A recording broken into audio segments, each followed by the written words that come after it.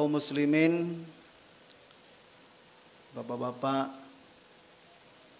tungku-tungku, saudara-saudara dan ibu-ibu, kaum muslimin dan muslimat jamaah salat Isya.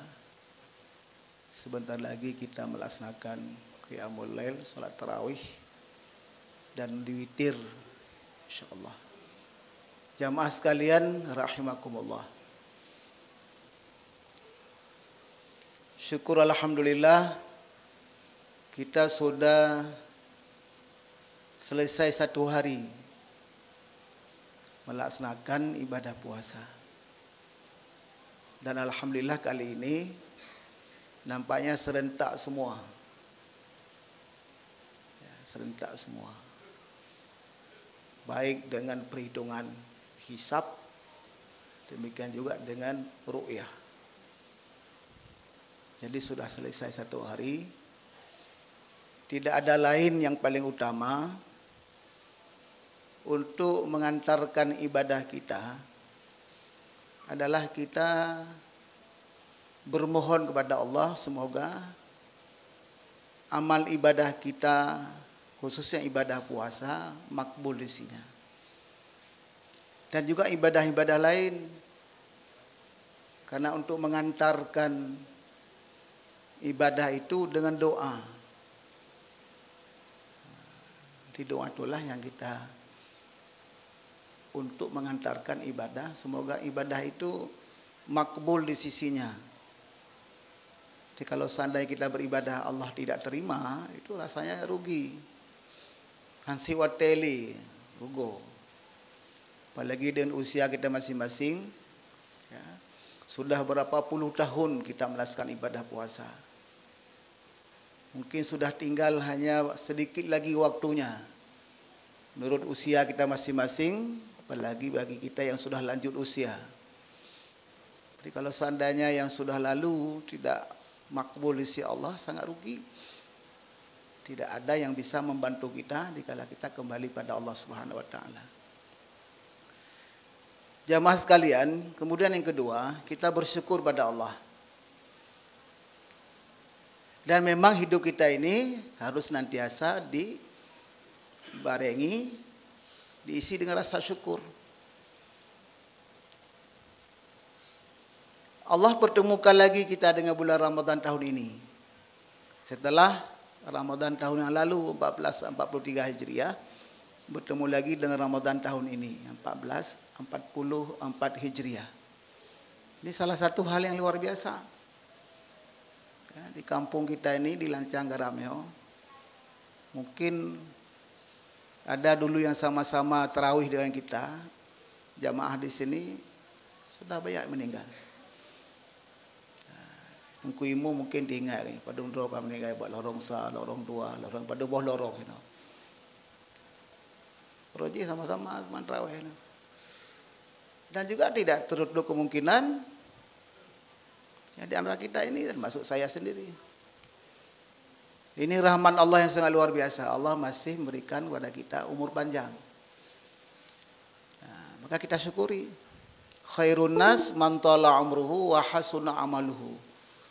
Sebaik-baik manusia semakin lanjut usianya, semakin bagus amalnya.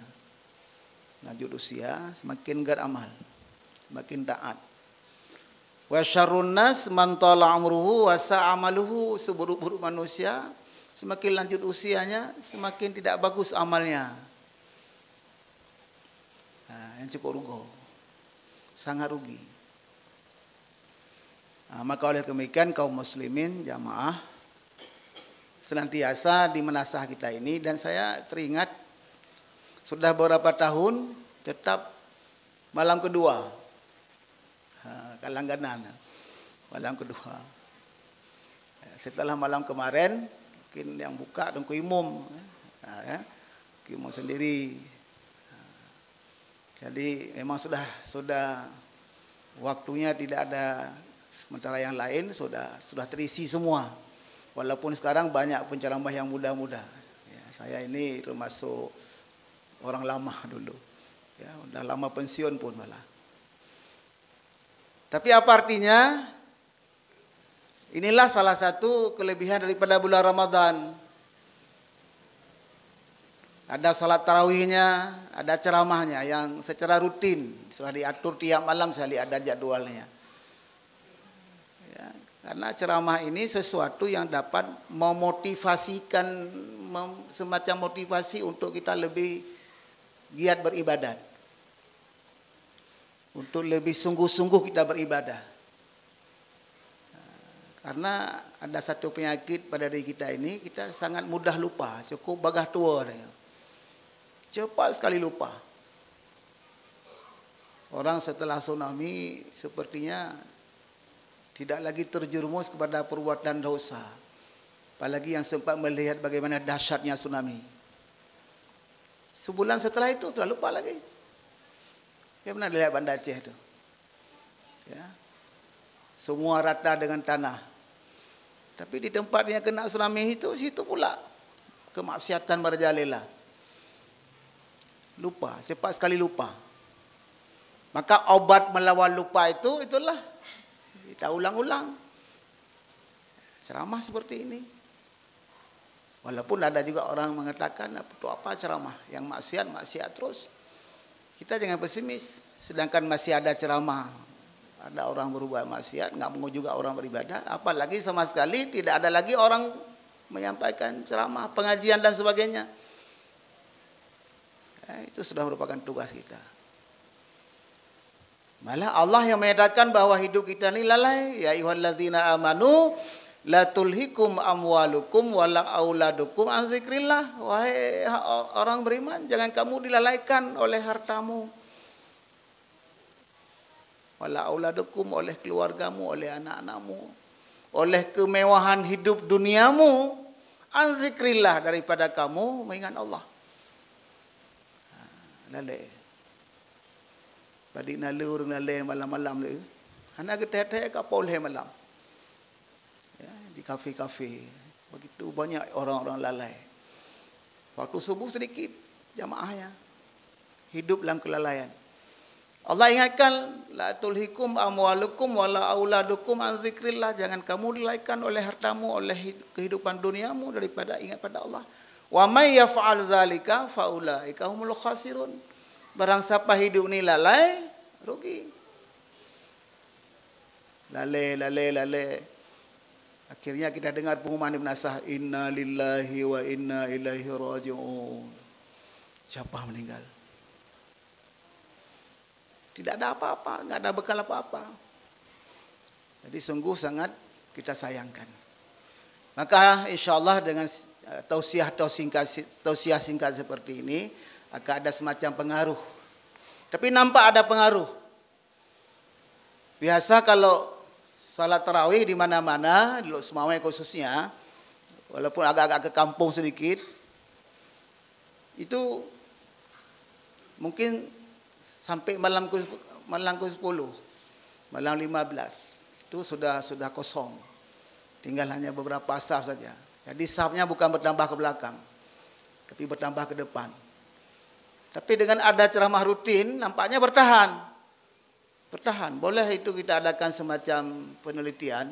Kita lihat sejauh mana pengaruh ceramah-ceramah singkat ini. Dan sesungguhnya makna tausiah itu bukan hanya orang yang menyampaikan yang berwasiat, tapi jauh lebih penting kita mewasiatkan diri kita sendiri. Nah, itu. Jadi maknanya harus aktif. Ya, dalam bahasa Arab disebut dengan mengandung makna musyarakah. Makna musyarakah itu berkongsi antara orang menyampaikan dengan orang yang mendengar apa yang disampaikan. Dikongsikan apa yang telah disampaikan itu, ditausiahkan lagi kepada diri masing-masing. Maka kalimatnya watawassaw bil haqqi watawassaw bis sabri. Saling berpesan dengan kebenaran dan berpesan dengan kesabaran. Tapi yang jauh lebih penting adalah mentausiahkan diri sendiri. Tidak cukup hanya yang kami yang menyampaikan tausiah, mauizah, ceramah. Itu yang kedua. Adapun yang ketiga, keutamaan Ramadan. Yang pertama sekali, Ramadan ini bulan yang tercantum namanya dalam Al-Quran, seperti tadi Qurumi baca. Syahrul Ramadan alladzi unzila fihil Quran. Bulan Ramadan bulan diturunkan Al-Quran. Syahrul Ramadan. Jadi bulan yang langsung tercantum dan tersebut dalam Al-Quran adalah Ramadan. Dalam 12 bulan itu hanya Ramadan yang Allah sebutkan langsung, walaupun ada yang lain yang tidak langsung. Misalnya Allah sebutkan dalam surah At-Taubah, sesungguhnya bulan di sisi Allah itu ada 12. Minha arba'atun hurum, ada 4, sebahagian daripada 12 itu 4 bulan yang disebut dengan arba'atun hurum, bulan yang dihormati. Nah, tapi kalau Ramadan ini adalah bulan yang tersebut nama Al-Quran. Bulan yang utama, banyak fadilatnya, banyak keutamaannya, tetapi tidak ada keutamaan dikala tidak kita isi. Ramadan tetap utama, Ramadan tetap mulia, tapi orang yang tidak mengisi dengan ibadah dalam bulan Ramadan, orang itu tidak mulia. Ramadan tetap mulia. Sahabat lagi menasahnya, menasah mulia. Tapi bagi orang yang najak menasah, anak mulia goyan. Bagi orang yang najak masjid, masjid mulia. Jadi waktu yang mulia, bulan yang mulia, tempat yang mulia harus dipertemukan dengan yang mulia, baru akhirnya mulia dan baik. Nah, itu. Maka oleh karena demikian, keutamaan, cukup banyak keutamaan, kemuliaan daripada bulan suci Ramadan ini. Kemudian yang kedua, Allah wajibkan puasa. Ya ayyuhalladzina amanu kutiba alaikumusiyam. Wahai orang beriman, diwajibkan kepada kamu sekalian berpuasa, wajib. Tidak boleh tidak berpuasa. Kalau sudah balik tidak boleh tidak berpuasa. Hukumnya dosa besar. Sengaja buka puasa tanpa uzur, itu mau dikada setahun pun Allah enggak terima. Mau bayar fidyah sampai beberapa goni beras pun Allah enggak mau terima. Kecuali ada uzur syar'i. Kutiba alaikumusyiyamu kama kutiba alal ladzina min qablikum, sebagaimana telah diwajibkan kepada orang sebelum kamu, la'allakum tattaqun, akan menjadi orang-orang yang takwa, orang-orang yang taat, orang-orang yang patuh. Faman kana minkum maridan, kecuali sakit. Sakit ini pun sakit yang berbahaya. Kalau berpuasa tambah parah sakitnya. Tapi kalau sakit kepala, sakit demam-demam sedikit, itu tidak boleh buka puasa. Faman kana minkum maridan, sakit. Sakit yang memang kalau berpuasa menurut keterangan dokter berbahaya. Nah, nyanji buka. Tapi fa'iddatu min ayamin ukhar, harus ganti. Harus ganti pada hari lain. Nah, tidak boleh bayar fidyah. Jadi ada aturan mainnya. Kalau sakit, fa'iddatu min ayamin ukhar, ganti pada hari lain. Berarti bagaimana perasaan orang berpuasa, dia juga harus merasakan walaupun pada waktu lain. Nah, wajib menggantikan sakit. Tapi bukan sakit hanya sakit ringan, sakit berat. Tapi ada juga orang sakit, berpuasa sembuh sakitnya. Kolesterol, sakit jantung, lambung. Banyak dokter menganjurkan salah satu obat yang paling ampuh, yang paling mujarab, berpuasa. Dan bahkan teori puasa ini sudah diterapkan secara kesehatan dunia, obat yang paling bagus. Walaupun dipakainya oleh orang di luar Islam. Terapi puasa itu paling bagus. Dan sudah Nabi ungkapkan 14 abad yang lampau. Sumu tafsihu. Berpuasalah kamu pasti sehat. Itu jaminan itu. Maka sekarang kadang-kadang yang meneliti itu justru orang-orang, para ahli, para pakar yang kadang-kadang bukan orang Islam. Jadi semua sisi dipelajari, ditelitinya benar. Kita dapat 2 kebaikan, 2 pahala. Berpuasa dapat pahala dan dapat sehat. Orang di luar Islam mungkin hanya dapat sehat saja, enggak dapat pahala. Karena di ujung lafaz niat kita ke lillahi ta'ala, nawaitu shauma ghadin anadai syahri ramadhana hadis sanati lillahi ta'ala. Ya, lillahi ta'ala ujungnya. Cuma enggak pakai Allahu Akbar. Ada orang nawaitu shauma ghadin anadai fardhi ramadhana hadis sanati lillahi ta'ala. Allahu Akbar. Ada yang baru-baru belajar lafaz niat, pikirnya setiap lillahi ta'ala ada pakai Allah Akbar. Sama juga dengan orang membuang hadas besar. Nawaitu rafa'al hadasil akbari min jami'il badani lillahi ta'ala. Nah, kadang terlanjur juga pakai Allahu Akbar. Yang diangkat di situ bukan Allah Akbarnya tapi airnya. Nah, ini kalau kita dapat dua, pahala dapat, sehat dapat. Itu kelebihannya. Sakit boleh buka dengan syarat sakitnya yang memang berbahaya kalau berpuasa, tapi wajib ganti. Yang kedua, faman kana minkum maridan au ala safarin, safar. Merantau. Merantau yang boleh ukuran boleh jamak kasar salat sekitar 90 km lebih lah begitu, lebih kurang. Dan merantau bukan pulang pergi. Maka ada yang bertanya, kalau saya supir L300, supir high-age, apakah saya musafir? Itu bukan musafir. Memang pekerjaan di situ. Walaupun dia lemah-lemah, wajib puasa. Saya bolak-balik ke Banda Aceh, ke Medan, kemana? Boleh saya buka puasa? Tidak boleh. Karena yang merantau itu pergi, dia nggak pulang. Minimal 3 hari nggak pulang-pulang. Dan mulai buka puasanya bukan di kampungnya.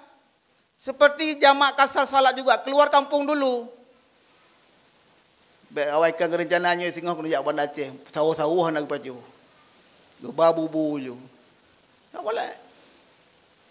Baru boleh berbuka kalau dalam perjalanan menimbulkan kemudaratan. Di situ baru boleh buka.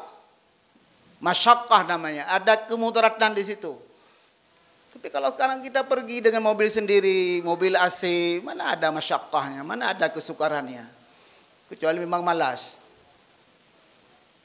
Ya, itu. Jadi merantau boleh buka, tapi bagi yang driver yang mengemudi itu bukan merantau, walaupun dia pulang pergi ke Medan, ke Banda Aceh. Itu mencari pendapatan di situ. Au ala safarin fa'iddatum min ayamin ukhar, ganti pada hari lain. Yang boleh bayar fidyah, wa 'alal ladzina yutiqunahu fidyatun ta'amu miskin. Orang yang tidak mungkin lagi sembuh sakitnya. Sakit mah kronis, lambung kronis, tidak mungkin sembuh lagi. Itu fidyah, tiap hari bayar fidyah. Sebagai penggantinya, kompensasinya. Ataupun orang sudah tua, ada orang tua kita di rumah, dia enggak sanggup puasa, ganti terus sore itu. Sebagai penutup dia. Jadi sepertinya dia sudah tertutup kewajiban dia berpuasa itu dengan membayar fidyah kepada orang fakir miskin. Jangan dikumpulkan dulu. Ada juga dikumpulkanlah tanggung sekali, tanggung ini barangkali 2-3 kali sehari. Tapi yang paling bagus, boleh, paling bagus langsung diambil alih. Wa 'alal ladzina yutiqunahu fidyatun ta'amu miskin. Yutiqunahu itu orang-orang yang tidak mungkin sembuh lagi sakitnya. Ini menyangkut masalah hukum ini. Perlu kita sampaikan sedikit. Ya, kalau tidak, ya, mungkin kita merasa ya biasa-biasa saja. Demikian barangkali Bapak Ibu sekalian, begitulah memang tanggung jawab kita beribadah pada Allah Subhanahu wa taala, ya, atas aturan yang telah ada, maka marilah sungguh-sungguh kita melaksanakan perintah Allah. Kemudian yang terakhir sekali, kami menghimbau kepada Bapak Ibu sekalian dan apalagi kepada anak-anak kami, pada adik-adik kami yang masih muda-muda, kalian kemenasah seperti ini, alhamdulillah seperti ini. Ya, sampai malam terakhir kita semua bertekad penuh malam ini. Saya lihat malam kedua di Menasah Lancanggeram ini, kita bertekad di sini semua sampai malam 30. Bantu malam 10 kagak ada huruf. Ya, sampai malam 30. Itu baru orang beriman betul-betul. Orang beriman datang Ramadan, sebelum datang Ramadan dia senang mendengar Ramadan. Dikala bertemu dengan Ramadan ingin berlama-lama dengan Ramadan. Satu malam saja tidak sempat salat tarawih, rugi ya. benar terasa benar.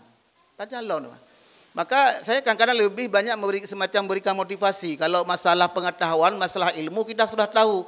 Tapi kenapa banyak orang yang sudah tahu kadang-kadang tidak mampu mengamalkan? Ini yang sayang. Ya, alhamdulillah rahmat sekali kalau kita lihat di mana-mana pada awal Ramadan seperti ini, mudah-mudahan bertahan nanti. Bertahan.